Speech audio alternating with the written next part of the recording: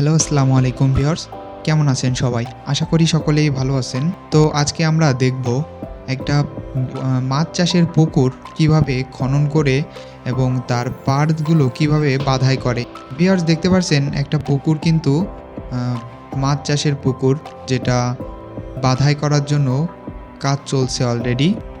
দেখতে পাচ্ছেন, আমি একটু সামনের দিকে যাই। দেখুন, সামনে কিন্তু পাড় বাধাইয়ের কাজ শুরু হয়ে গেছে।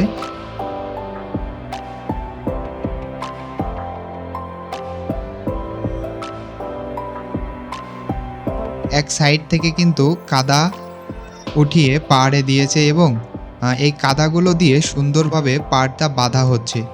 আসলে মাছ চাষ যখন আপনি করবেন, অবশ্যই আপনার পুকুরটা পরিষ্কার পরিচ্ছন্ন এবং পাড়গুলো কিন্তু সুন্দরভাবে বাঁধাই করতে হবে। ঠিক যেমনটা এই ভিডিওতে আপনারা দেখতে পাচ্ছেন।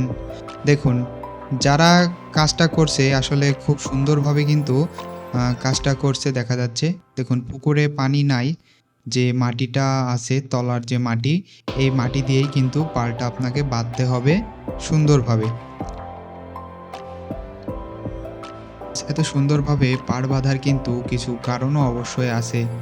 যদি আপনি পুকুরের পাড়টা ঠিকঠাকভাবে না বাঁধেন, সেক্ষেত্রে কিন্তু আপনার আশেপাশে যে পুকুরগুলো আছে সেখান থেকে আপনার পুকুরে পানি ঢুকবে, বা মনে করেন যে আপনি এক ধরনের মাছ চাষ করছেন কিন্তু পুকুরের পাশে আরেক ধরনের মাছ চাষ করছে, সেই পুকুরের মাছ আপনার পুকুরে চলে আসবে। এই ধরনের নানা সমস্যার সম্মুখীন কিন্তু আপনাকে হতে হবে। তো আমাদের কিন্তু পুকুরে মাছ চাষের আগে অবশ্যই পুকুরটা ভালোভাবে বাঁধাই করা খুবই গুরুত্বপূর্ণ একটা বিষয়। দেখুন ভিউয়ার্স, কত সুন্দরভাবে পুকুরটা বাঁধাই করা হচ্ছে। তো ভিউয়ার্স, আপনাদেরকে দেখালাম কত সুন্দরভাবে পুকুরটা বাঁধাই করা হচ্ছে। দেখুন, এপাশে এই সাইডটা বাঁধাই করা কিন্তু হয়ে গেছে অলরেডি। এর পরপরই এইদিকে আসবে। যদি একটু লক্ষ্য করেন, দেখুন এইদিকে কিন্তু বাঁধাই করা হয়নি। তো আপনারা দেখতে পাচ্ছেন এইদিকে পাড়টা কেমন গর্ত, তারপরে ভাঙা, এ ধরনের কিন্তু সমস্যা রয়েছে। তো যখন এই পুকুরটা এই দিকটার মতো সুন্দর করে বাঁধা হবে, পুরো পুকুরটাই এইভাবে সুন্দরভাবে বাঁধাই করা হবে, তখন কিন্তু আপনি একটা মাছ চাষের জন্য উপযুক্ত সুন্দর একটি পুকুর তৈরি করে নিলেন।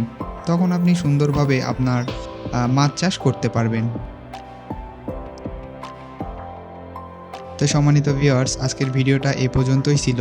ভিডিওটা ভালো লাগলে অবশ্যই আমাদের পেজটিতে একটা ফলো দিয়ে আমাদের সাথেই থাকবেন।